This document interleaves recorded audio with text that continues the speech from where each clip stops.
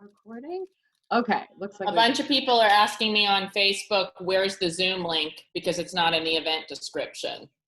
Oh, okay. Can you post to the Facebook group, Karen, a way for people to easily, like, they don't know where to go on Facebook Live or Instagram Live? Oh, it's on mine. Public.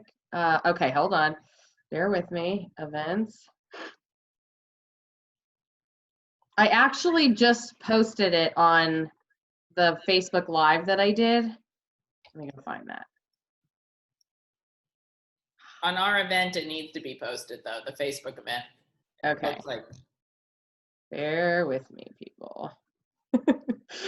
If my computer just like completely blows up right now, you'll know why. All right. There.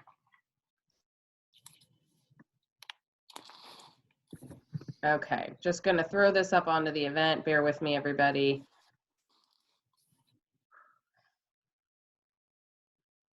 And the question is, where did I post the event?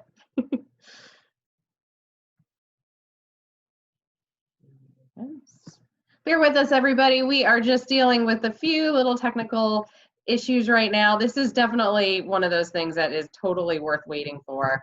Okay, I think that this should do it.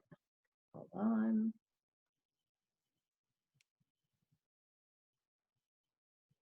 I swear. I think like I need an assistant to help me with all this, right? Okay. I emailed some people the Zoom link, but I don't know how to post that on Facebook. So. All right. You know what you could do? You could share, go on Facebook and you could just share my live stream. Which is what? I don't even know. I'm not. Just you're a Facebook friend of mine. And I'm live on Facebook right now. Okay.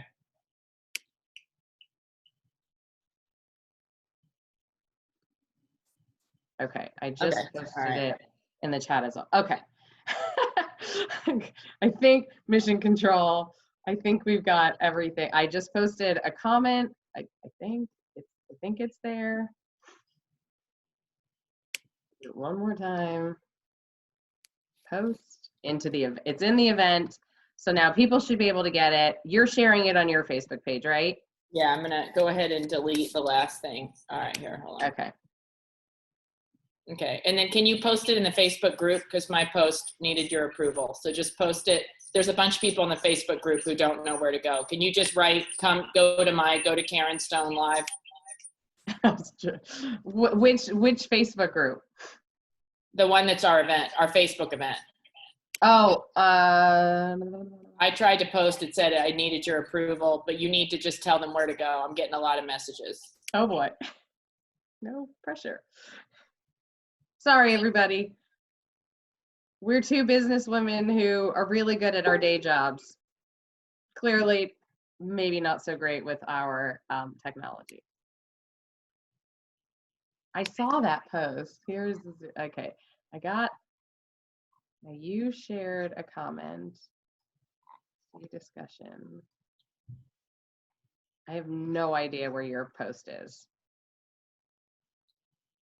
Sorry, I have no idea where your post is. Just write on the wall, like, I'll go to Karen Stone Live. Just send them a link to your page. It's great. On the main event page? Just your name. Just say, okay. Like, go to Karen Stone profile. I just shared it to my wall. Okay. All right. All right. Is that good? Thanks, kids. Thank you for cooperating and for dealing with this, doing this with us. So let me get back to mission control for a second so I can see what I'm working with. We've got some attendees on Zoom. We've got some attendees on Facebook. We have some people on Instagram. Again, all we ask is that you be patient if you're posting comments, because I'm trying to interview and answer your questions as well and handle all of these things. So Maggie found us, Annette is on, we've got Daria is on. Okay, Jill, good. I think we're good. So, all right, let's do this again. Hi, Erin. Thank you. Thank you for joining me today. I'm so excited to be here with you. As I said before, Erin and I met while performing. Actually, I got on stage first. I think this was in October. I did my dating / Jewish mom jokes, and then Erin gets on stage and is doing her dating and Jewish jokes, and I'm like, who is this girl? I have to know who she is. And it just turns out you are a rock star in all different ways. And today I'm so excited because we're going to be talking about something you're passionate about, something I'm curious about, and I know we've got a lot of people who are also really interested. So thank you for joining me on Karen's Corner. Yay! A fireplace. I love it. I love the right. It's like, I'm definitely not in the city, and you are not in the city either. Why don't we start with where are you and who are you? Yes, hence the sleeveless, the sleeveless beach look. I am in Central Florida right now. I'm in Cocoa Beach. And I'm at my little condo. I shot a show with my mom last summer called Beachfront Bargain Hunt on HGTV. And this is the little place that we renovated and gutted and got on the show. And I never thought I'd be living in it. It was a vacation home. But yeah, I'm in redneck Central Florida, where Walmart is the place to go for everything. You can get your groceries, you can get your beach tent, fishing rod, whatever, pajamas. I mean, I'm going for everything. Everything, right? So much fun. I hope everybody's safe and healthy wherever you are. Yes, for sure. So, Erin, tell us a little bit about you. You've got a fascinating story, and I would butcher it if I tried. So you start. I'll give it to you quick. I'm from a small town in Georgia, Johns Creek. I am a Jewish girl. I do incorporate the Southern Jewish humor in the comedy that we do, and that's how we met. I came to New York 10 years ago, and I was working for a refugee agency, but I found that my passion was actually going out there and recruiting young professionals to join the company I was working for. I wanted them to get involved, but I realized, what are these awesome single people doing all over the city? Like, they want to get connected to something bigger. So I started putting together little Shabbat dinners. I wanted to fix people up again, but I wanted to go old school, hence the whole technical difficulties we had earlier. I am not your high-tech person. I believe people should go back to old school, to meeting again, to talking, to having little Shabbats, to having dinners, to having little parties, anything to bring people together again. So I kind of started doing organically. I had a dinner where I was like, I'm going to make this even ratio, 5 girls, 5 guys, and bring them all together. And in the first dinner, a couple got married. 2 people that met there ended up getting married. And then the second dinner I did, it was themed bourbon and board games. And I had that dinner, and another couple got married from that. So I was on to something, and Time Magazine heard what I was doing, and they sent a reporter in, and then word got out. And when that article came out, really, like, my life changed, and I realized that I could make a business out of this. It's very difficult to host dinner parties for a living. I was losing money. So I came up with the idea of being a wing woman, where one person could hire me to basically take my concept of meeting people at a dinner, but I could take them somewhere and work just with one person in a strategic way, take them to something that I felt was curated, that I felt was a place that they could at least connect with people. It wasn't a random bar or a club. It was somewhere very strategic. And then I left my full-time job and eventually began doing that full-time. It is now pivoted, evolved. While I call it Erin Davis Wing Woman, definitely not winging anybody right now. No. A lot of date coaching, but what I really figured out is that there's a lot underneath the whole thing that makes us want to find someone to be with. We also want to work on ourselves. So I've learned that there's a lot of coaching to what I do. And I do a lot of fitness training, nutrition, things that get people to work on themselves so that they can actually find their own partner without much help from me. So really my goal is not just to be a wing woman, but to help you wing yourself in life with everything that you do. So it's kind of pivoted, and I love it, but it's more than just winging, but I love what I do. Yeah. So because you are in the people business and you wing them in person, in locations, are you working right now? So I am so lucky. I am working full time. I'm working all day long. I'm swamped, but it's completely changed. So now I'm not winging at all. Obviously, I am doing a lot of coaching because I want people to work on their relationships that they had going. I call myself more of an early dating strategist. I don't work with married couples. I'm not going to help you way down the road, but I'm going to really help you get off the ground. So a lot of people had some promising relationships starting off right at the start of this pandemic, and they are clueless. Like, this is an unprecedented situation, right? So I'm coaching a lot of people on working with things that they're already existing, and also people who are quarantining together. Don't even get started. I'm definitely working with a lot of people who are having issues with that. But I've also found that about half my work right now is I'm doing training. I'm helping people work on fitness while they're in quarantine so that they can work on their bod, knock off items on their bucket list. They always wanted to learn how to cook and eat healthy. So I'm teaching a lot of nutrition, doing meal plans, doing fitness, so that when this thing is over, if you are single, you are going to be so ready to mingle when it's all done. So always get you ready right now to get out there to date again, because this is not the time to get on your apps and swipe and meet strangers. It's just not. No, so I should delete all my apps? I want you to. It's funny, I'm getting text messages as we speak right now saying, I want to get on an app. I'm bored. I just want to, and all I want to tell my friends right now is don't resist. Because Why? what I'm seeing, I'm working with a ton of clients right now who are asking me about apps. What I'm witnessing is, I'm single too, okay? So I've been on them, and people are really bored right now. They're ghosting at an alarming rate. So they're getting on, they're swiping, they're chatting, and then they get off. Because in everyone's defense, how exciting is it to have a virtual date and you're not even really sure when, how you're going to ever meet in person? The excitement, we as humans, we need that tangible goal. We need that at the end of the tunnel. We don't know enough yet. So I don't think that it's really the time for us to just mindlessly chat online when it comes to meeting. It's pretty scary. And I'm sorry, there's nothing hot about sitting 6 feet away from somebody with gloves and a mask and trying to connect, and then you see them sneeze into their elbow and then you're like, oh God. It's not the time to go on apps right now. And who wants to go on it for boredom? We're human beings. It's not a game. So I think a lot of people might be wondering this question. And again, if you have any questions, folks, we're going to leave like the last 10 minutes for questions, but if you have them, definitely feel free to write them. How do we handle our exes right now? Oh, so another thing that's popping up, I'm seeing this with my clients. I'm seeing it with myself. Okay. Exes are they're coming back, right? They are coming back.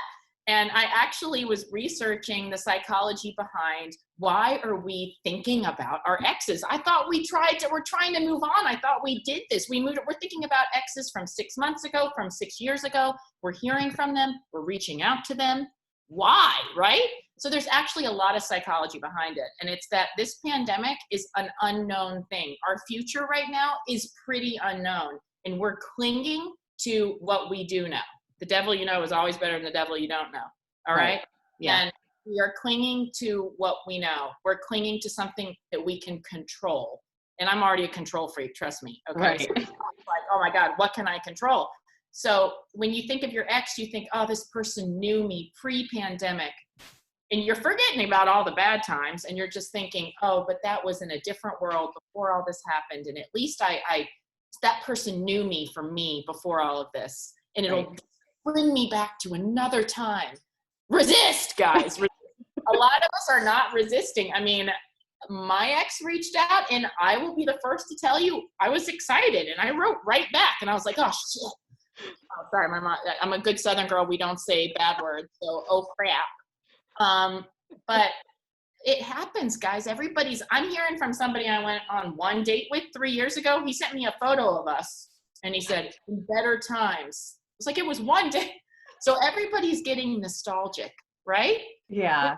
craving that from it. And trust me, I'm actually struggling, and I'm not proud of this. I'm struggling every day to resist going back to exes. It's crazy, right? Yeah, same here. And I feel like we have enough struggles, let alone like the emotional side of like a relationship that is no longer, right? Yeah. And that's, yeah. So, all right. So anybody who's in that boat, like Erin said, just try to resist. Delete the apps, go just delete them, right? And delete the exes, block them for now. I think, and Erin, tell me if you agree, like we've been in this now, at least in New York, for like 7 weeks. We're going on 8 weeks next week, which is like 2 months. And I don't know about you, but like I feel like I've changed a lot. So the Karen of like March 1st is different than the Karen of May 1st. And so our exes, our relationships, whether they're exes or current spouses, current partners, friendships, I feel like we're all evolving and they might not be on the same train as us anymore. No. Right? You're absolutely right. You know, what's crazy about evolving, it's weird that you just said March 1st, because on March 1st, from March 1st to May 1st, on March 1st, my grandma died at 96. And that to me was the start of this 2-month period that you actually just said that. And it just made me think of her. And one of her last words to me on right before she passed was that she wanted me to stop dating tons of people. She said, you have got to change your life and look at you. I'm 35 and I turned 35 in quarantine. And she had told me, I want you to stop planning so much. Man plans, God laughs, a Yiddish proverb. Yeah. And then she also said, I want you to just stop going out and I want you to look at each person individually and really just try to settle for just one. Just settle down, not settle, but settle down and really start to do. And she passed away before this pandemic happened. And I think part of her would be like, see, I'm glad you have to do this now. Yeah. Now I'm thinking that. And I do think we're changing. And I do hope I come out of this wanting to do that right now, But I will say this, I mean, I had a really great date, like right before this started. And it's going to stick with me, I'm going to stay with it and be like, wow, I'm really taking that in. And I think the future is going to be quality over quantity. I really do, because, I've been really thinking that the future is no longer a player's paradise. I love it when you said that. Like the days of the player are over. The days of the player are over. If you find out a guy goes to 5 different grocery stores this week, you're already like, ew, this guy is like shopping down every aisle, right? Well, yes. Guess we don't want him. We're at a whole different stage, right? Yeah. We don't want them going to Costco, Sam's, and Target in one day. Oh my God, can you at Costco? Really? I know. We're take a shower. But now a player's paradise, somebody who used to date different people all week, it's not going to mean the same anymore. It's going to be a turnoff. Yeah. It really is. We were talking about judging people now, and in general, right? Like you said, like they went to 5 grocery stores. Like, when did we ever complain about grocery shopping, right? Like, we used to go to the store. You made the joke. I'm not going to take the credit for it, but like, I used to judge the firmness of the avocado. Now we're judging like, are they wiping well, right? Like, oh my God, there's an avocado and it's in stock. I'm going to take it. Wait, that guy just touched it and he didn't use a glove? Can you imagine? We judged fruit. Now we're judging the way people wipe their fruit. I mean, it's a whole other world. And there was a comedian that said something a week ago. You're going to love this. He said, I used to cough to cover up my fart, right? And he goes, now I want to fart to cover up my cough, because everyone is so scared of coughing, sneezing. God forbid we get something caught in our throat and we're like at the grocery store. Oh my God. Right? Or on the street. It's kind of like perfect for New York, because like all you have to do is sneeze and then just the crowds will part, right? Oh, so great, right? You want to get to the front of the line? I mean, we have to find the humor. You know what I love about you is that obviously I have cried. I don't even have a contact lens in this eye. I have cried so much during this era, this pandemic. And since my boss, my grandma, was just downhill from there. Yeah. I don't even have a contact in. There are so many lows to what we're going through, but we have to find the humor and we have to find the highs. And for every time I cry, I also hysterically laugh later on while I'm like throwing treats at my dog and we're taping stupid videos. I make myself laugh as much as I make myself cry. There's ups and downs we're all going through right now. What I love about you, we have got to find the humor, and so that we can come out of this evolved. We will come out of it. We will. Yeah. So that's the certain part. We will come out of it. Right. So, I mean, obviously you're not a scientist. I'm not a scientist. What do you see happening in the future with dating, with your business of matchmaking? Like, what does dating look like in 2022? It's a crazy thing. But you know what is cool? I'm not a scientist, but I actually got my master's last year in public health. So the cool thing is I am kind of looking at all sides of this right now, you know? And I actually think in 2022, it's going to be what we said earlier. It's going to be quality over quantity. And I will say one thing about dating that will change. And my mom brought this up the other day, and it's really makes me sad, but it's interesting. I'm a Southern girl, and I always thought chivalry was dead. Guess what? It's dead now, because we're never going to open a door for somebody again. A guy opened the door for me in my building today, and I said, "Oh God, no, don't worry about it. Don't worry about it." And the best thing, you'll love this as a comedian. Guess what else is over? The Me Too movement. Can you imagine? Or the Me Too movement is now going to morph into, oh, he took off his mask too close to me. Oh God, you're right. Yes. So many things are going to change, but I think the future of dating is going to be, it's going to be definitely the quality. Okay. Yeah. We're going to take things more seriously. I actually think marriage rate will skyrocket. I think right now divorce rate's going to go through the roof. Yep. And then after this cleanse, I actually feel that people will really want a partner. And again, it's no longer player's paradise. I don't think it's attractive. It's going to be attractive anymore for people to just kind of play the field. I think they're going to cherish. Plus, when we get out of this, how excited are you going to be just to be with somebody? I mean, I'm going to be so excited. So whoever gets me first out of this, you're the lucky. I'm going to be the most excited, you know? So like, whoever we get first out of this is definitely at an advantage. Whatever relationships that we started right before the pandemic, it's kind of a freeze, right? Yes, we're evolving and we're changing, but we're also, so that person isn't dating other people right now. You're not dating other people right now. If you liked somebody right before this, guess what? If it's meant to be, it'll carry on after this. And I think you'll look at it a little more differently. And more seriously, right? Yeah, totally. I want to take a quick pause. I see you're not on Instagram anymore. It just told me my battery is done. Am I back? Hold on. Sorry, people. Yes, I see you. I'm going to add you. Okay. Sorry to all of our Instagrammers.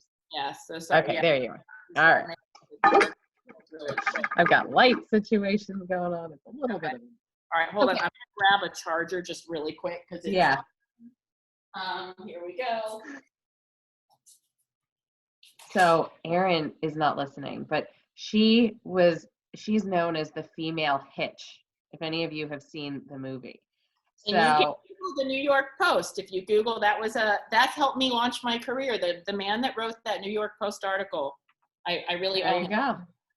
And that we're going to talk about, like, business, a whole nother side of it. But how let's talk about your business, right? And how have your services adapted in this day? You talked a little bit about, like, working on us inside out. Yes. Right? Okay. I feel that personally. So you want to talk to that a little bit? Sure. So sorry, it's a little sideways. I'm trying to charge it so it'll last a little longer.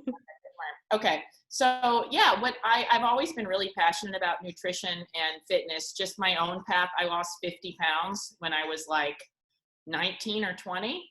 And it really changed the way that I looked at myself, not just literally, but I was always kind of like the big girl growing up. So what I was attracted to was also reflected in how I felt about myself.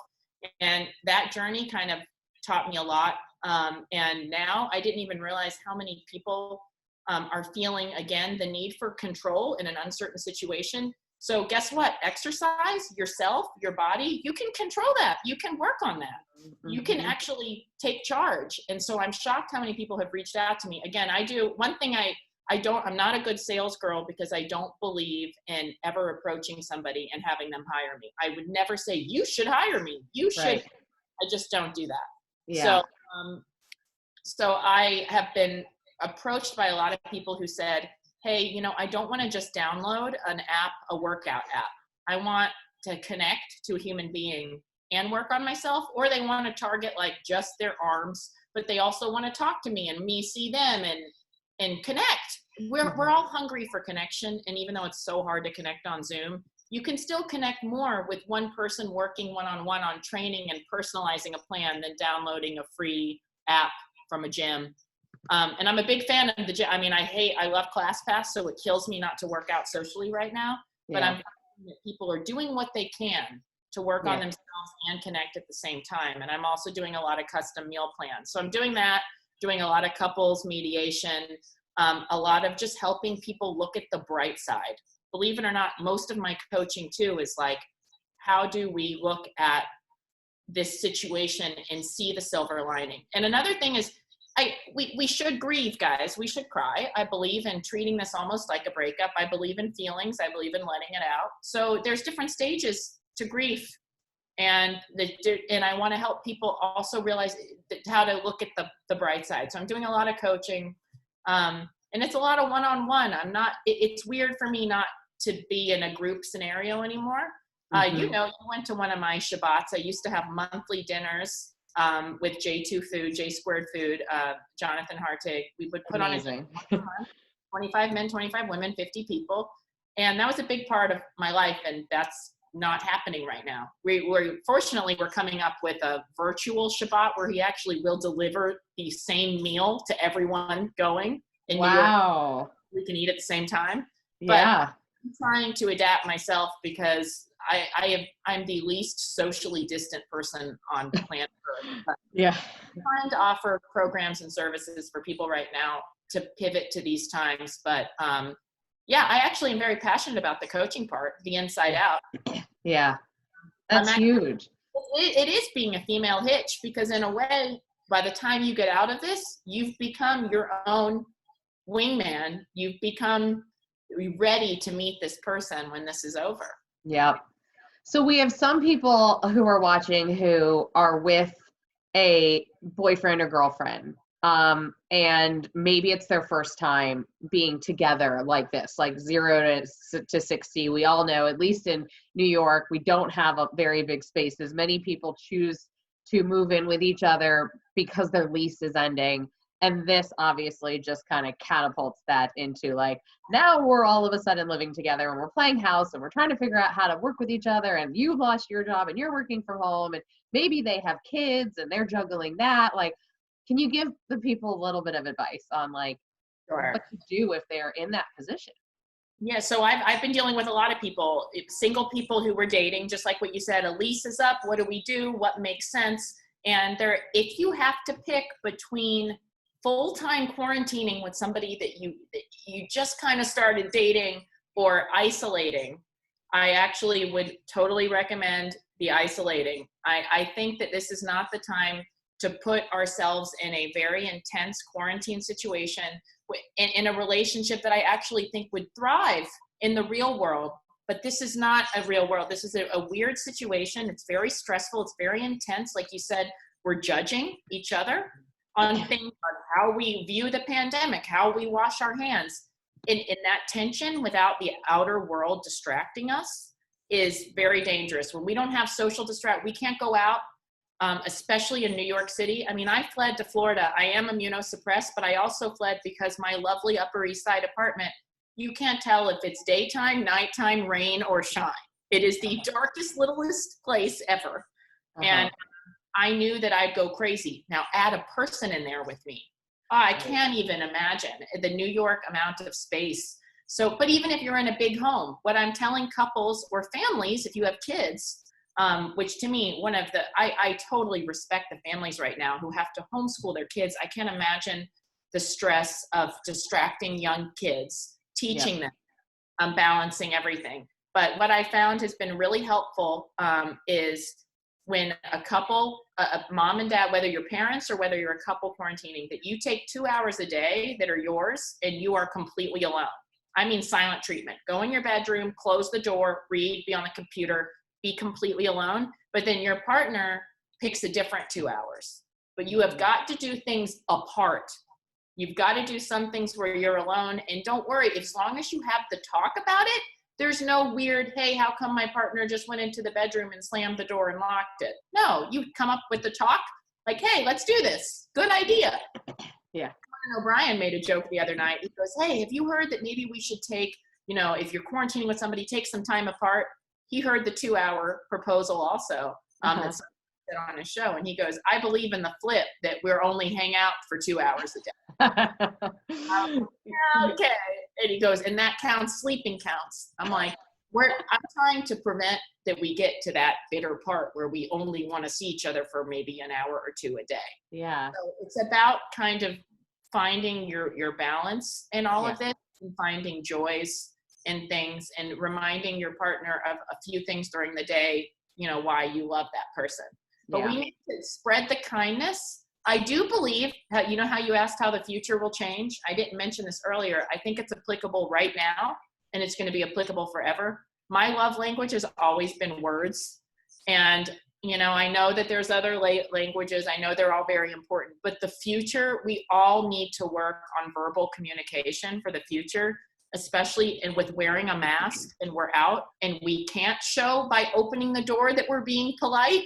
We can still show with our words. I was at Publix yesterday, and even though you're standing away from your cash register, they now instill the plastic shield so you're separated from your register.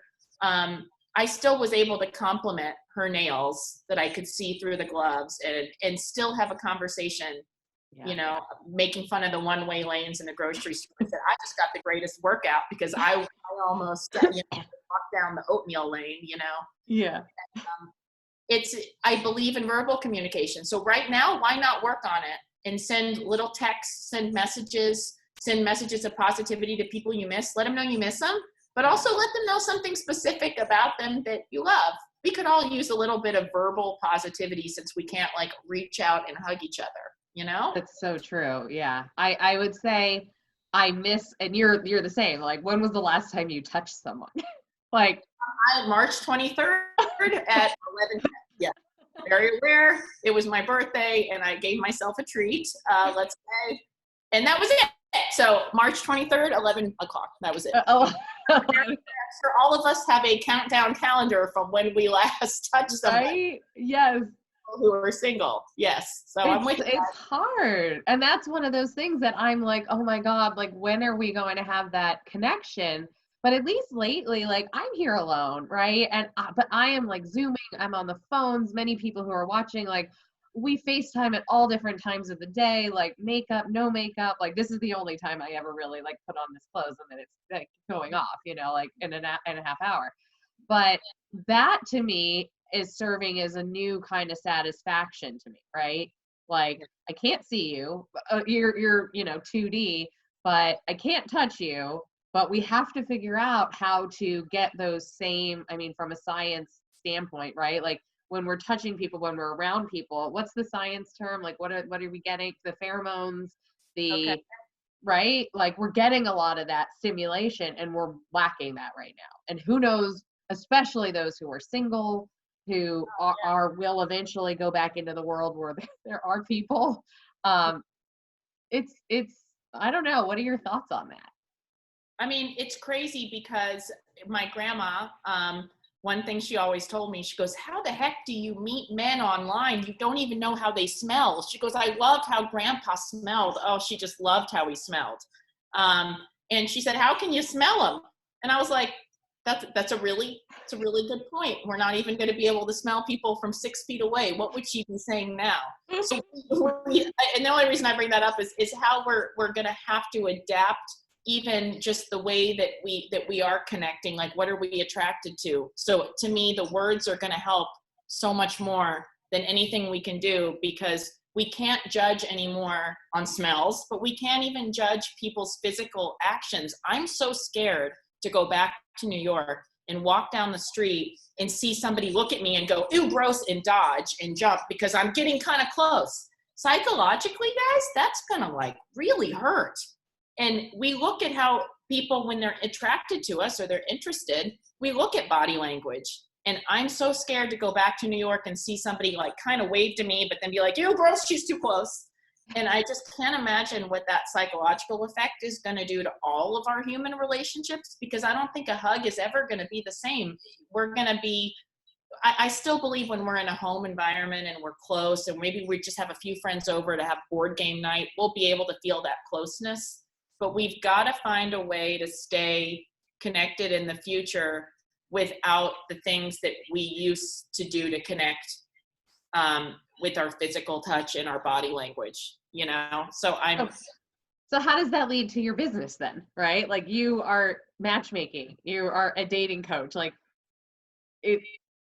what does that look like?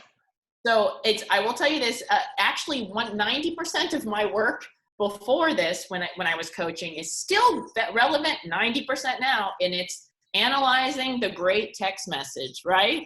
How the heck do you text? Do you wait 3 days? Do you do it right away? Now it's the same thing I'm helping people with, except they're like, hey, how can he be waiting to text me if it's obviously he's home alone doing nothing right now? Oh my God, yes. But it's still all about texting. And now the phone call's coming back in style. So I'm actually helping people work on just talking. And FaceTiming is now more important than it used to be. We now make an effort to do our hair and our makeup instead of just be like, oh, I got to FaceTime. That's becoming more important, because on a relative scale, we're upping the phone call now is important, but now the FaceTime is the equivalent to a date, you know? Yeah. So the news is, when we're out of this, a real date will be really big. It's going to be a big deal. It's not going to be like, oh, I had 3 dates that were 30 minutes each last night in New York. I went from bar to bar to bar. Now everything is more relative, right? Yeah. I met somebody online, like I was swiping months ago, probably like early 2019. And he goes right to like, let's just talk on the phone. So within seconds we were talking on the phone. Then he literally said, I'm so busy, I can't really meet everybody in person. Why don't we video chat? And I said, like, video chat. And I made the joke, like, I don't think that's how babies are being made these days, right? Like, is that what the kids are doing? They're video chatting? And the irony is, like, that's exactly what we're doing right now. And I'm actually not. So it's funny, because that is the process now, right? Yeah. And a lot of my clients are like, well, if I do go on an app and I meet someone, what should the timeline be, right? Yeah. So I say, wait a second, I don't want you to even do that. And they say, why? And I so believe in in-person meeting. Like that guy that you just said that you dated, who said he wants to video chat first. That one of my golden rules was absolutely not. In New York pre-pandemic, you freaking meet. Even if it's I always said have a 1 hour first date. That was always my big thing. It doesn't need to be an ordeal. You just meet for a nice cocktail, but you plan it in advance. You pick a place, you pick a time, you stick to it, and you go for a drink. That's it. I just said, like, there's something about a virtual date where you know that you can't even reach out and be physically with someone, even if you felt the desire to. There's something about just knowing you don't have it. It's anticlimactic for me.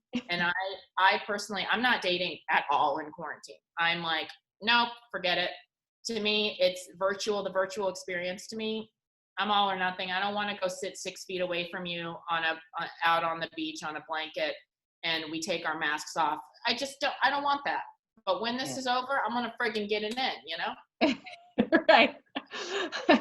Total.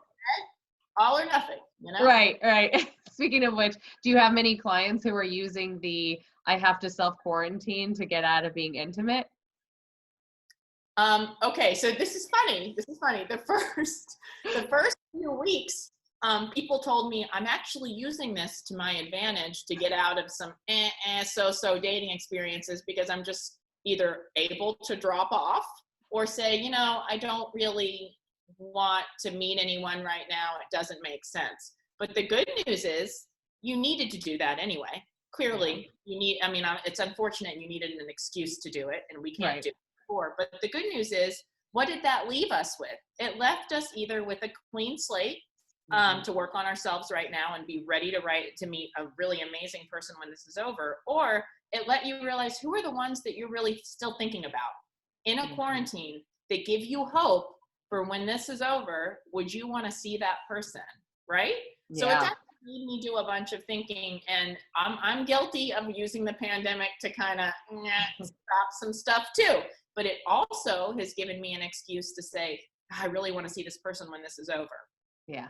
So it's given me a way to check in. And I do want to address that also real quick too. Some people are like, what do I do to stay in touch with somebody that I do kind of like, and I'd like to see them when this is over? Sustainability is very difficult in real life. Momentum, if you're texting all day, every day, it's very hard to sustain that. And then as soon as that tapers off, people get depressed. They're like, oh my God, he doesn't like me anymore. He was texting me like every day, and then it just kind of stopped. So what I'm trying to tell people now, we are now in the rhythm of this horrible pandemic that we're in. We've got a long road ahead. So to me, it's about, again, it's going to be quality over quantity. I don't think we should be messaging, talking, FaceTiming somebody that we like all day long, every day. It's just not sustainable. It's too much pressure, and it's all emotional without the physical counterpart. Yeah. So what I'm recommending to people, and I'm also doing it myself, the people that I miss, the people that I want to connect with, we're doing very quality connection check-ins every few days, right? And it's not over the top. It's not hours and hours of conversation, but it's quality check-ins that are going to be sustainable throughout this. We're kind of in a coma. We're kind of in a freeze. So we don't want to lose complete contact. Like, I don't want to all of a sudden, New York is wide open. A cure was found. Let's run into the streets. And then all of a sudden I hear from a guy I haven't heard from at all in 6 months. And he's like, hey, you want to go meet up tomorrow night? Yeah. You want to talk to the ones that you've been keeping in touch with in a quality way, right? Yeah. But the everyday, all day contact, it's too much pressure. It's too much. Yeah. It's not sustainable. This is a long road. This isn't 2 weeks, guys. We've learned that. Do you remember the days when they were like, 2 weeks? Oh God, no. So sustainability is important so that we don't have any more ups and downs in our personal life of being crushed by not hearing from someone. Just find your rhythm, find your sustainability. And I think that's going to help us get through it too, with our relationships that we have going.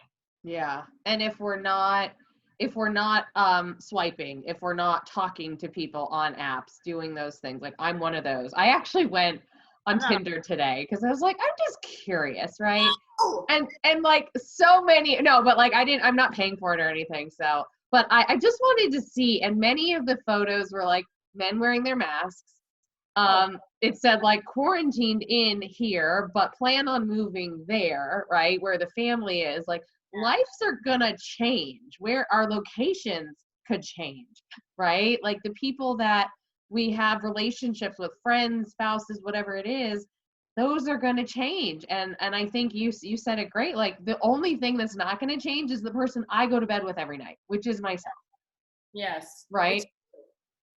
It's us. And somebody asked, like, what do we do now? We focus on us. We focus on what are the insecurities that we have? What are the things going on inside, the stories that we're telling ourselves about what we deserve, what we want, right? What we need, and work on that. And then when you come out of it, like, you will hopefully be the best version of yourself, right? I hear I'm not taking your job. Okay.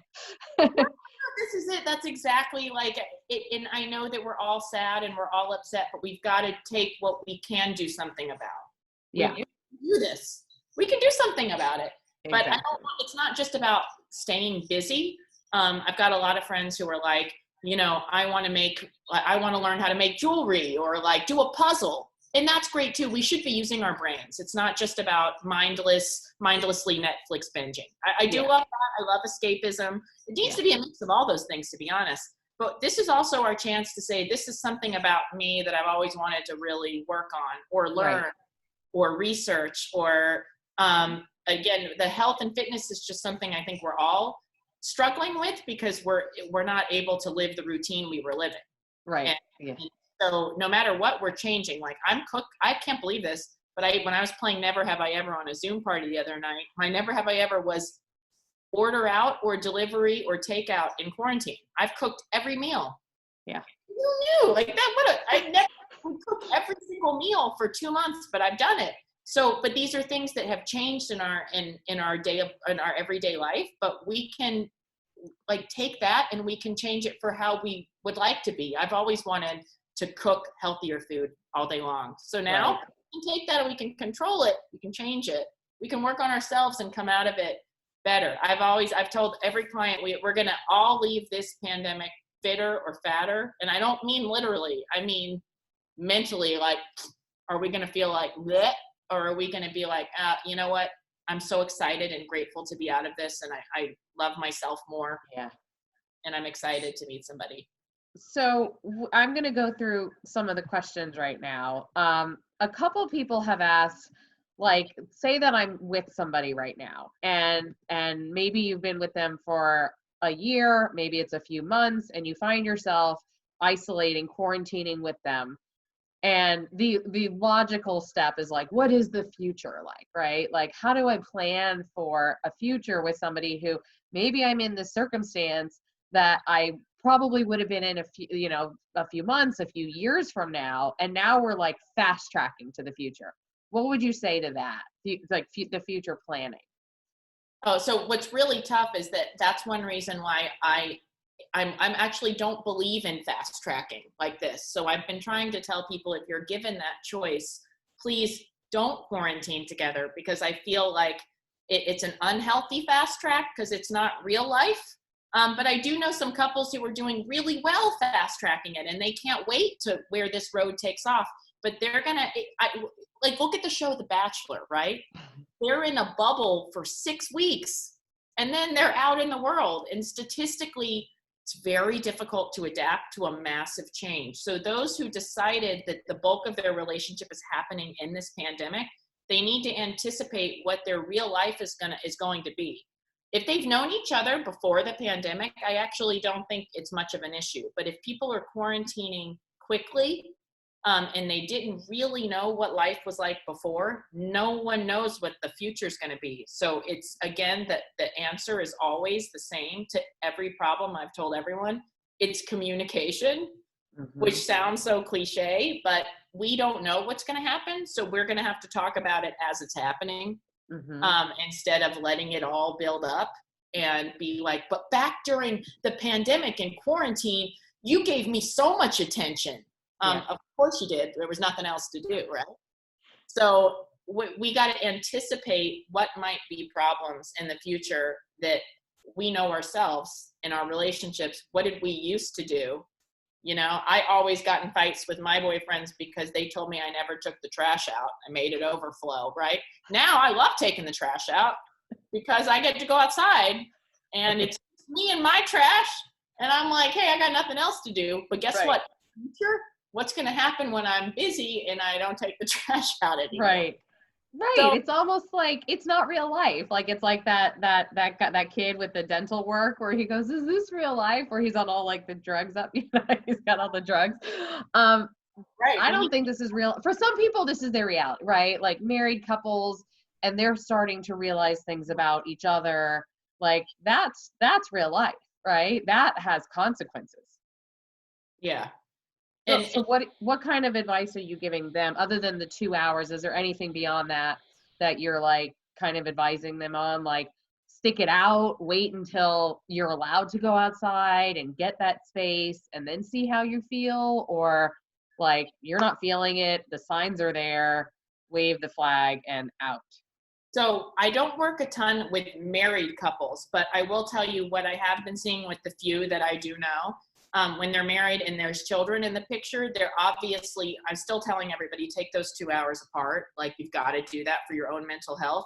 But I'm telling people that during the pandemic, this is not the time for an extreme decision of any kind. Mm-hmm. Okay. So not a bad one that says, I can't take this anymore, I think we need to divorce. Or also the plus side, I also don't believe people should say, let's get married right now, or let's have a kid. People keep saying the birth rates and the divorce rates are skyrocketing, and they're both very different things. Yeah. I also think both are not a good idea. Okay. I'm all for baby making. I'm all for what it takes to baby make right now. But what is the situation that you're in? This is a very big thing. And then, you know, what's the situation going to be like in 9 months when you have this kid? I keep telling people to think, and then what? We're going to make a rash decision in a very mysterious, uncertain time. Then what? Like, what about down the road? We need to start thinking about, and then what? So I'm trying to tell people not to make any very rash decisions of any kind.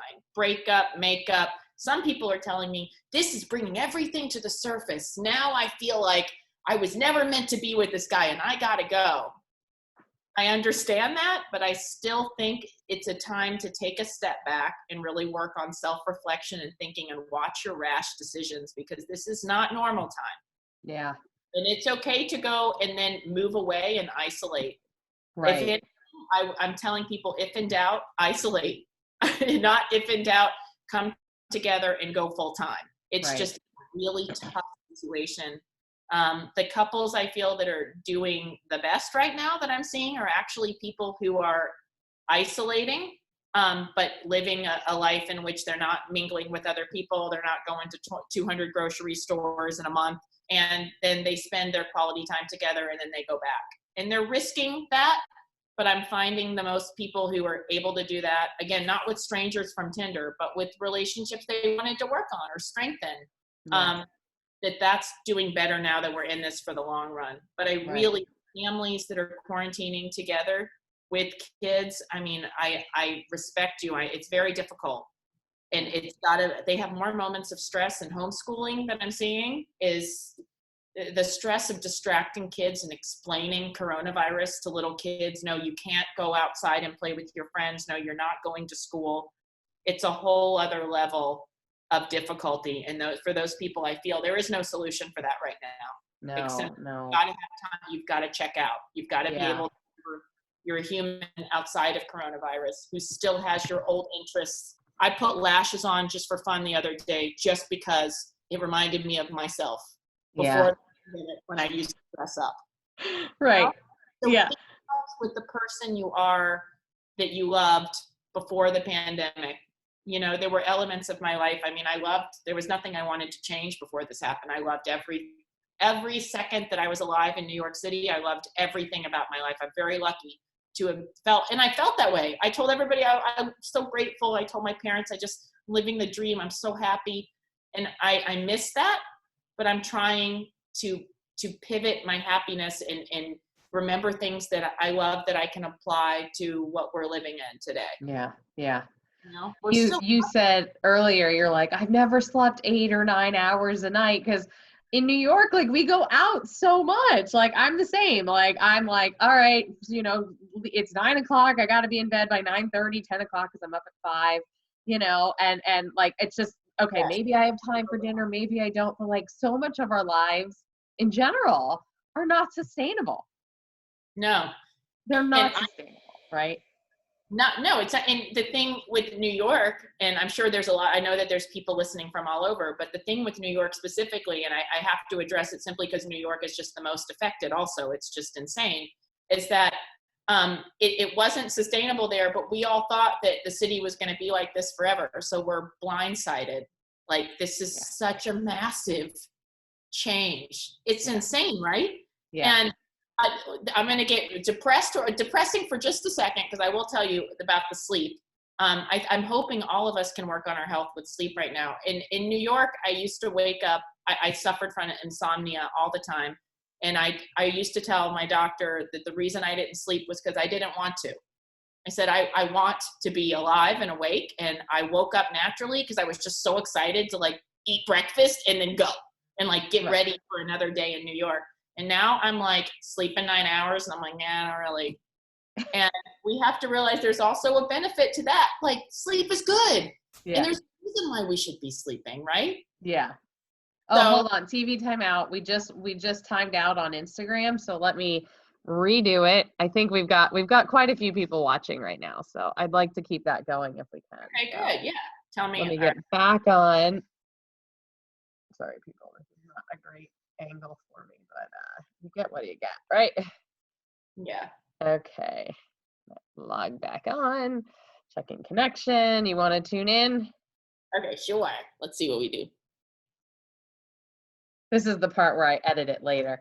Somebody asked the question too, what is the signature Erin Quarantini?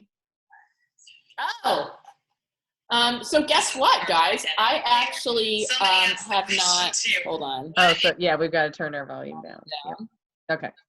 Okay, so I'm also really proud to say that I have not had any alcohol at all, not even a sip, except for my birthday on March 23rd. I had beer pong for one. I set up a long beer pong table, and it was awesome. And I played with myself. I beat the wall real bad, and I got drunk.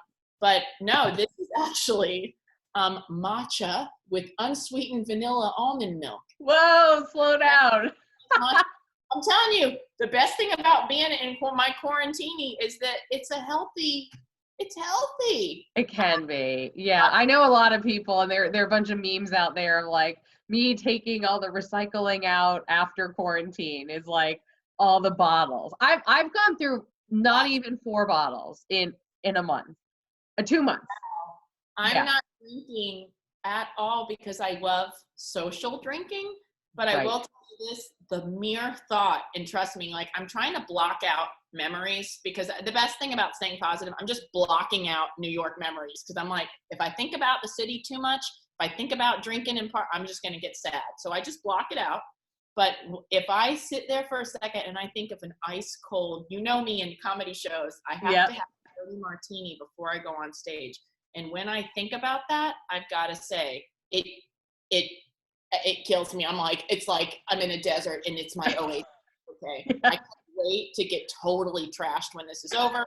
I can't wait to bone. Sorry, Mom, she's on here. I can't wait to do things. But it's okay to not get what we want sometimes. Yeah. It's okay to practice restraint. It's actually really healthy to realize that we're not getting exactly what we wish we could do right now, but we will. We will, yeah, in a slightly different way. Somebody said, I'm not going to be drinking so when this is over, okay? I know. Somebody said, I feel like in before times, it was too busy to really get to talk to guys and get to know them. It seems like this would be the perfect time to have long conversations. Sure. If you're a talker, I mean, I'm all for it.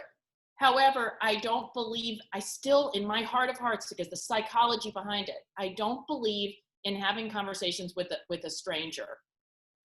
It's like what my grandma said, you don't know how they smell. Well, guess what? If I went out with a guy before the pandemic and I liked how he smelled, sure, let's talk now. But I still believe in that it would be wasted time for me if I was working on relationships with somebody that's a complete stranger you meet.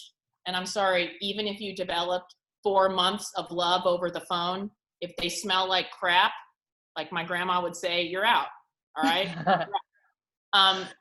But this is so the time to have long conversations with people that we want to have long conversations with, and we didn't. I'm talking to friends on the phone. Like my mom always said, Erin, you were never a girl who talked on the phone growing up. You never talked to your friends. You never talked to anybody, family, relatives. I'm doing it all the time now, and I like it, guys. It's not bad. You're like, I kind of like those people. And I think a lot of people are like working on those relationships with their friends, with their family, maybe that they, like my parents are across the country, yours, your dad is closer to you, but you can't physically see him. So we're figuring out ways in general to have relationships with people. I want us to work on relationships with people we already know. And if we're single and we don't want to work on relationships with anybody we already know, we want to meet new people, I still say resist, guys. I'm sorry if you feel differently, please go on the apps, but you will see an abundance of ghosting, an abundance of people moving. a lack of reliability. And I just don't think it's the time, but go for it if you want to. But I still believe, yes, talk to the people that you want to work on. It's been interesting who comes out of the woodwork, not your exes. Remember, no exes. No exes. No exes. Block them. People who maybe my friends that I wasn't sure how it would translate our friendship. And this time I'm loving the phone calls, Yeah. Can you believe the day when we hated phone calling? If the people, trust me, I hate the phone. I was the girl who was like, if a guy calls me, I text him, hey, I can't talk right now. That was me. Not anymore, right? Yeah, no, you totally. Although honestly, I feel like I've been talking so much that sometimes I'm just like, I'm done. Like my throat's been bothering me just from all the talking. So yeah, it's a challenge. Oh, but I lost my voice all the time in New York. I was famous for laryngitis. I used to do comedy shows for 4 minutes and then it would just cut and I'd say, the good news about talking now is I don't have to compete with New York noise. Right. Actually, I can talk to you all day long and it's great. But I used to be screaming on a stage with a microphone. I do TV in LA also. I host a show for Jewish Life Television and I was always on a mic screaming. And I'd have to be drinking tea like every 30 minutes. Right. So the good news is we're talking a lot, but then we can go make a nice little quarantine tea. And you want to take them? We can hang up the phone, take a break when we want. Right? Yeah. Somebody asked, what is the Irish exit for a Zoom call? You know what an Irish exit is, right? Somebody just said that. Okay, that's great. So here's the thing. It depends on the size of the Zoom party. People have been asking me this question. If it's a giant Zoom party, just go, man. I love it. Okay, I am guilty of an Irish exit in New York because I used to go to huge events. I would say, I got to go pee. I was out of there, right? I was gone. Because you start saying goodbye and you what? So here's what I've been doing for a large party. Go chat on the side to everyone and just type, hey, don't want to interrupt the conversation. I'm sorry, I got to run. I'm exhausted. Okay. Yeah. And that is the best. So I recommend the type out. There's also the fizzle where people first stop the camera and then they stop the audio and then they duck out. Right? I love it. So there's different ones. If you're only in a small group of say 10, I would not just go. Right. I would say, or just type it, right? Yeah. Or mine's like, hold on, like I gotta sneeze, and then they won't question it. Or I gotta go to the bathroom. Like, don't take me with you. Sneezing is so out of style right now, so don't tell me that you're sneezing. But mute the sneeze. But another thing I love about a large Zoom party, we all thought Zoom was cool when it first came out, right? I was like, yay, there's 50 of my friends. For my birthday, I had like 50 people. I was like, this is so great. And then after a few days, I'm like, this sucks, right? After like 10, 20 Zooms, you're like, here we go.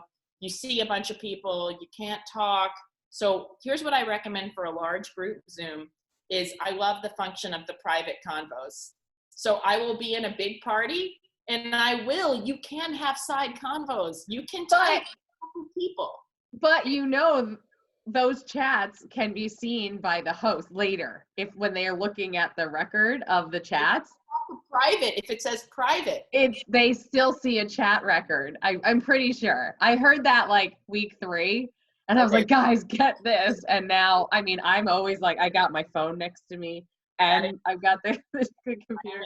All right. Somebody asked about your boyfriend, the agent that you've been kind of dating, on the park benches lately. So I guess I lied, guys. I have been dating in quarantine. So my creative outlet during this time, I hope we all exit the pandemic with something that we can say that we did, we worked on, we changed, we created, we evolved, we picked up German, we learned Chinese, whatever. And mine was, I'm very lonely here in Central Florida, and I'm so glad you're a real estate agent. This is so applicable. I found a bench sign of this man, and I have been slowly falling in love with his photo on the sign. And I decided to make little video clips to tell a soap opera story about our love in quarantine. And it's actually going to become a YouTube channel called A Sign of the Times. Okay? Oh, I love it. a sign of the times. And it will be all of my they're about 25 seconds each, video clips of the drama of our one night stand, of when I booty called him. And there's a lot, other real estate agents have been sending me their signs, and I've been incorporating them into the storyline. You can see them, they're on my Facebook page, but I will have the YouTube channel because people are like, wait a second, what just happened? They don't know, they missed the last episode. So tonight there's actually a very juicy one coming out in a few hours. So you'll see on my Facebook page, on my Instagram page. But yes, there's, but I will say, you know what's the saddest part about my love with the man on the bench, my real estate agent? He blocked me on social media, so he doesn't think they're as funny as I think, sadly. But you know, shame on him. I thought it would bring some wonderful publicity. So if any other real estate agents out there want to send me a sign, I will make out with it. I'll do whatever you want. I'll add to the storyline. But yeah, I'm not tagging him. I'm not putting in his last name. He doesn't like it. The other Oh my God. I'm sorry. So you're being rejected by a 2D, 1D. What? Yes. But how many dimensions? Like that's the worst kind of rejection, right? Oh, the worst when you're rejected in a pandemic by a one-dimensional guy. I mean, who can't even talk to you. I know. I'm being rejected by someone who. Well, I'm being rejected by his one-dimensional and his three-dimensional self right now. You know, I'm like, what's next right now, right? I know. That's good content. Speaking of good content, somebody asked about a show you have, Club Getaway? Yes. Oh, wow. Thank you, everybody. So there's a show premiering, oh my gosh, Monday night on Bravo called Camp Getaway. And it's Camp Getaway, okay.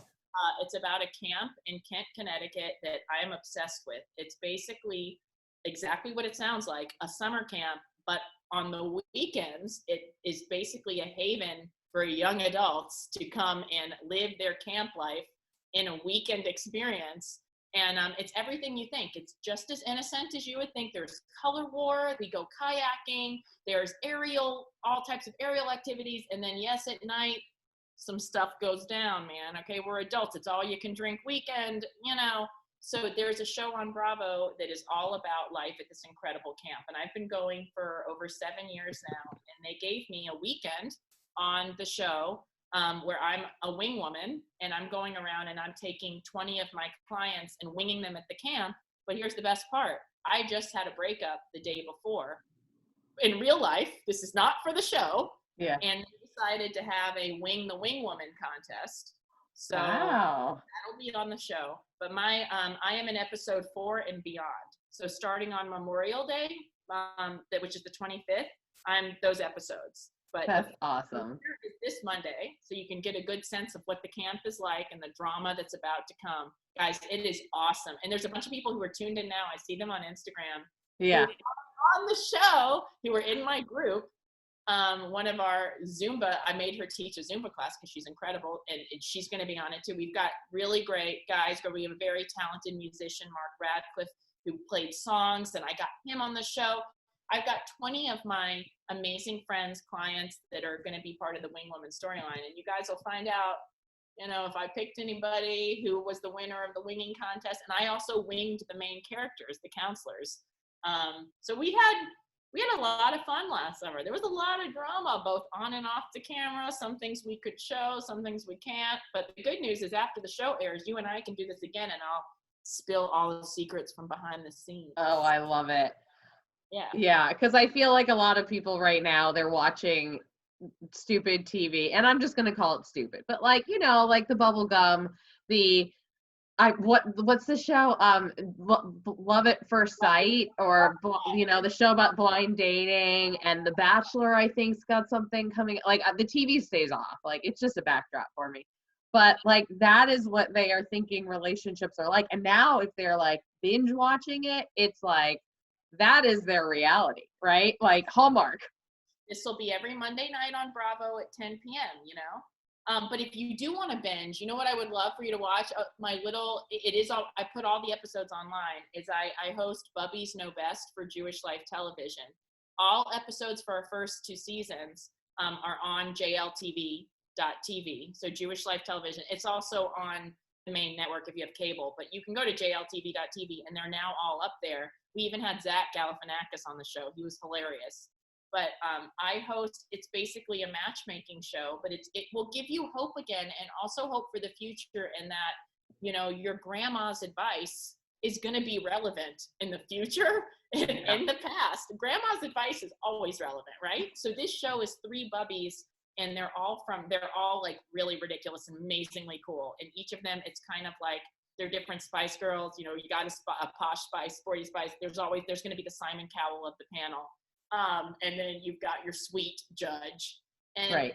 So these 3 bubbies do matchmaking. They pick a different match for a different suitor each episode. And then here's the coolest part about the show is that there's a camera on the date, and they watch that date and they critique it. And I get to critique it too. It's really fun. We have them back on the show, and we decide if there was a love match or not.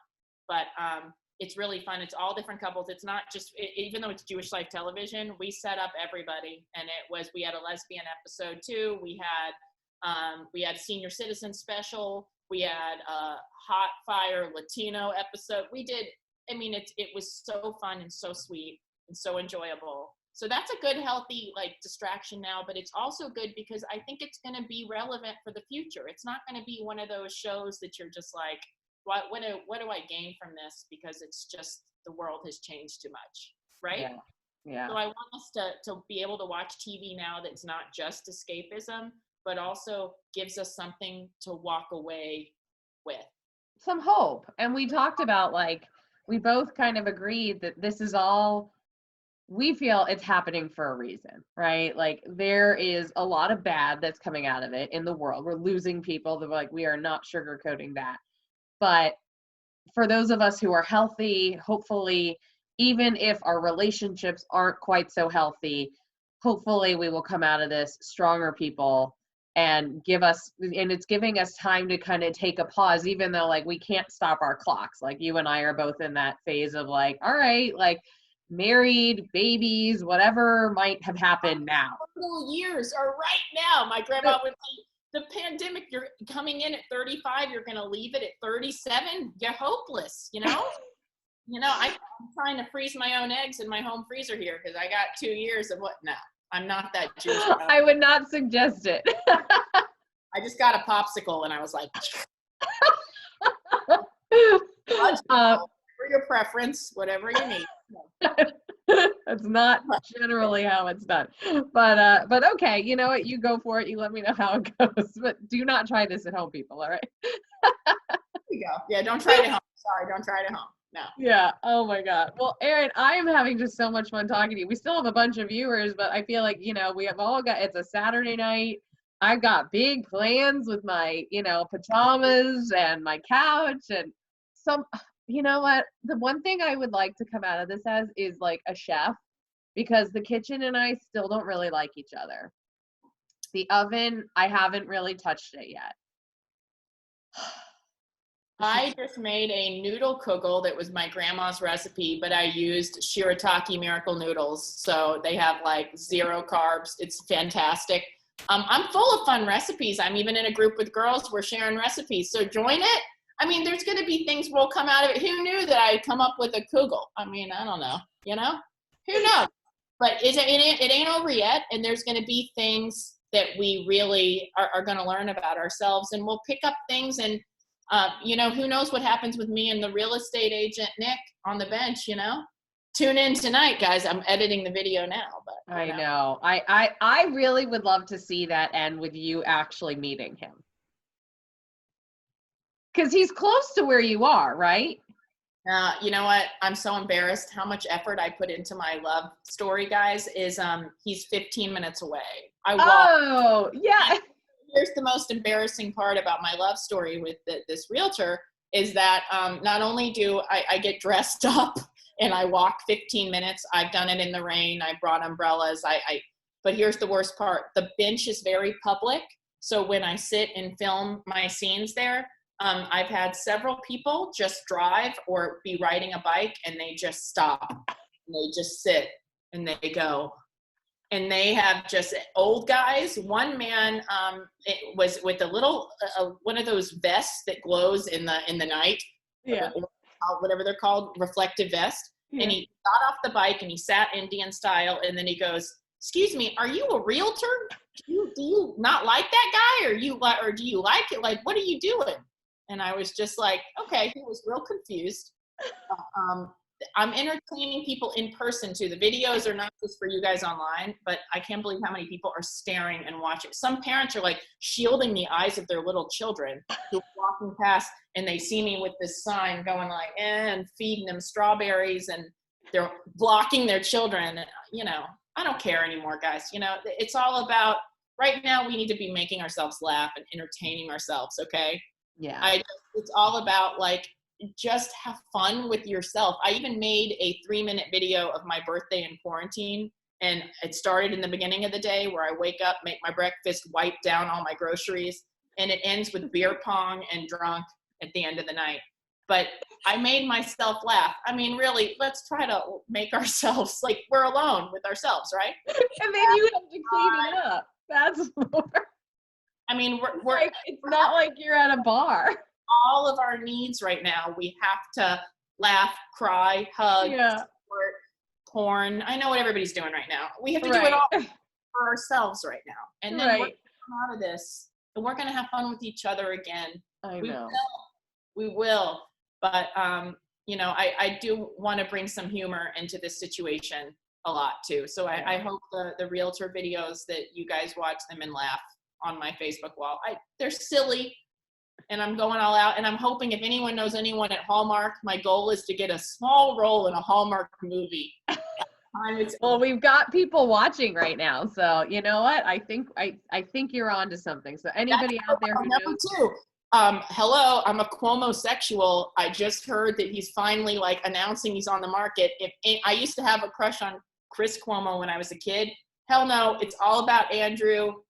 Do it, nominate. I'm trying to find the matchmaker who's trying to set him up, because I'm like, oh man, my dream. Sexual. I'm having a Cuomo de Mayo party on Cinco de Mayo. I have printouts of Cuomo's face, sombrero, taco night. I am so pumped. Cuomo de Mayo. I love it. Somebody asked, who is your favorite comedian? Now, both of us have performed with some pretty awesome comedians. You know, I think we should mention the Seinfeld. I gotta shout out Jim Gaffigan, by far my favorite comedian ever, because who he is as a man, guys. He's so great as a human being.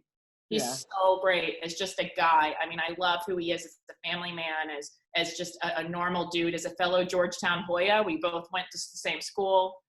I love him. Right now, you know who my favorite quarantine comic is? Who? Sebastian Mono. What's his name? Mirakowsko or Mirak something. If somebody can type it, please. We don't want to butcher his name, but he is awesome. Comedy right now, he's so great right now, guys. He's really bringing some humor to quarantining with his wife and his baby, and he's my favorite quarantine comic. And then my ex-boyfriend was a really big stand-up, so I've always been attracted to the funny guy, right? Well, that's good. I mean, imagine being quarantined with a boring guy right now. Yeah, humor's everything. So look up Sebastian, guys, because he's like, I mean, he's a really funny. He's been lifting my spirits in quarantine. And Jim Gaffigan's been doing great dinner time quarantine. Oh, with his family of like 5 kids or something like that. Yeah. Yeah, it's Sebastian Maniscalco. Yes. Oh, he's so funny right now. Yeah, so, he's got a really good bit about real estate brokers too, like from like years ago. Oh, great. Yeah, he's been making me laugh a lot unexpectedly during this. And to me, humor is everything, guys. We have got to laugh. Like, I did watch the movie Parasite, which is the most depressing but applicable Oscar-winning movie to watch right now. I recommend watching that, but then watch SNL at home from last weekend. Fantastic, right?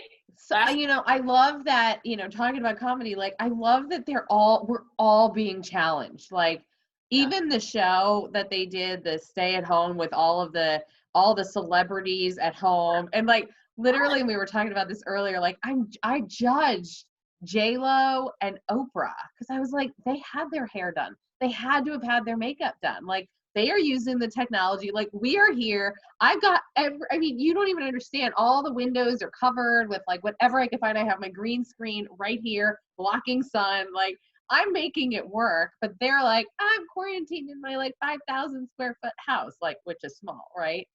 Like, but we're judging them, and we were talking about that earlier. And like, I don't know if I want to go into that now because we've been talking for almost like an hour. No, we've been so But optimistic. Yeah, stop all the judgment. Of course, we can't be judging each other and how we're living our quarantine and how we're living our pandemic life. And this person's better off than I am, and he's happier, he's luckier, she's on the beach. That's not fair. We're all struggling. I don't know a single person. Well, that's a lie. My brother, who's very antisocial, is like, this rocks, man. I don't have to talk to anybody. But, and he's not on this because he would never do this. It's too social for him, okay? So there are some people who are like, what? But we're all struggling in some way. Trust me, he misses work, right? We're all struggling right now. And there really is, it's not going to help to feel jealousy. I mean, we feel it.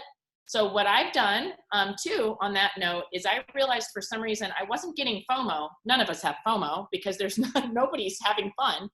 But I was feeling tension and anxiety when I'm on social media too much. And I've always been that way.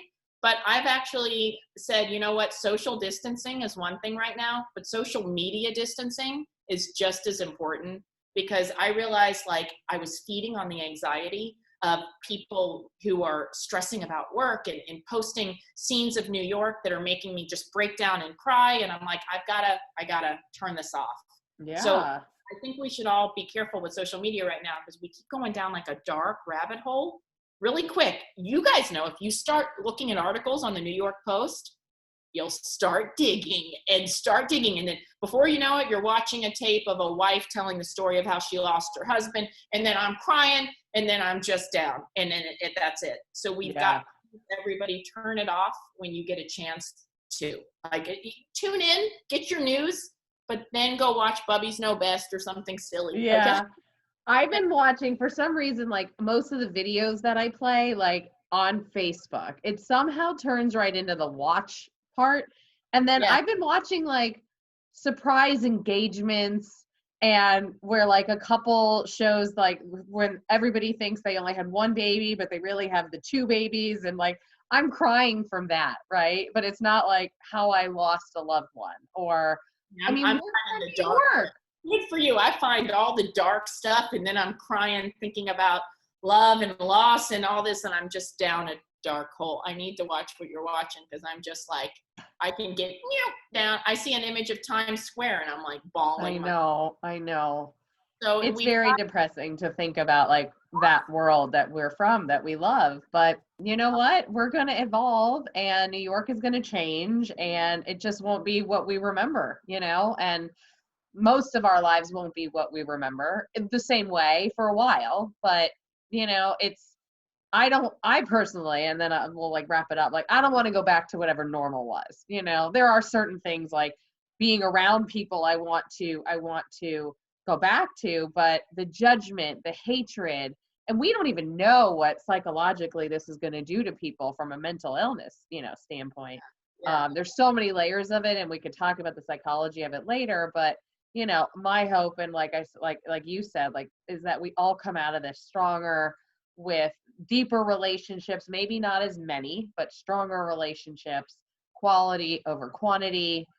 And if we focus on ourselves, and I'm like totally taking your words out of your mouth, but if we focus on ourselves and we are out there trying to meet somebody, trying to patch up relationships, we will be stronger people for it. Yeah. And right. I love your outlook. I'll be the first to say I would love to go back to what it used to be, because I really loved every single day. And I moved to New York from Georgia because I love New York, and I have my 10-year anniversary this summer. And I actually would not have changed a single thing about my life, but I know that I probably needed to. And that's what's as my grandma said before she passed away on March 1st, she said, there are things that you should change. And I'm almost like, I think she conducted this whole thing, right. Thank you to your Bubby. grandma, but I also understand that there is truth to that. So this is an opportunity for us to not only be forced to make some changes, but also we can control some certain things that we can change that are healthy. And I've always believed that quality over quantity is really, really, really important. And that's what the future is going to be. And maybe I wasn't ready to do that right now. I kind of wanted lots of quantity in my life, but you know what? It's important. It's good. It's not a bad thing. It's not a bad change. So we need to see as much positive as we can about the world in general. And you know, the best thing that's brought me comfort at night in all of this is that we're all in it. Is it not insane that the entire world is going through this? But you know what's beautiful about that? We're all going through it. Yeah. So we're all going to come out of it, and we're all going to adapt together. And even the things that we wish were different and that we want to all go back, we all want to go back. So that's the good thing. Right. So yeah, exactly. We're all going to build it together. We're all going to build the new normal together. Yeah. So that's pretty fascinating that every country, every human being was really affected by this in some way. It's powerful. Yeah. You know, and there's a lot of good to be celebrating for what will come out of this, I hope, you know. Totally. Well, I want to thank you for being on the show. For those of you who are watching on Instagram, on Facebook, on Zoom, we've got it all going on right now. Erin, I'm going to go write some comedy. I think I've got a show or two that I'm going to go tune into tonight. But thank you so much. Anybody, I'm going to Erin, if you want in the comments, you could post your contact information. We'll obviously have it available on all the other, wherever we post it, because Erin is amazing. And if you have questions or want to take advantage of any of those resources, whether it's dating, matchmaking, wing womaning via Zoom, whatever that's going to turn into, to your health, your fitness, she's doing it all. And, I gotta say, like, I think you're going to get some interesting business out of it in your business. You are a smart businesswoman, and I think you are you are already adapting to this new way. And I think that that's awesome. So thank you. Thank you. Love you guys. Yay. Stay healthy, everybody. Thank you. Yes. Stay positive and safe and healthy. And yes. And good luck with your man. Okay. Oh, thank you. Stay tuned. I'm going to post it in the next 30 minutes. So stay tuned to Instagram. It'll go on Instagram and Facebook, but I'm going to post the new video 30 minutes. What's your Instagram handle, just so people can maybe get on? At Erin_wingwoman. Okay. And my Facebook is Erin Davis. Okay. And I'm on Facebook all the time. So Erin Davis, R-I-N. Yeah, that's probably and my website's erindavisww.com for awesome. And I have a blog. Thank you. Too. So yeah, that's it. Mwah. Love to you all. Everybody have a good night. Be safe, be healthy, and stay kind, right? As Ellen always says. As Ellen DeGeneres says, be kind to one another. Yeah. Yes. Use your words. Use your words, guys. Be kind with words now. We can't hug, so let's compliment, right? Yes. Yes. All right. Stuff, send a nice message to somebody, please. Exactly. Got it? All right. Got it. All right. Bye. Bye.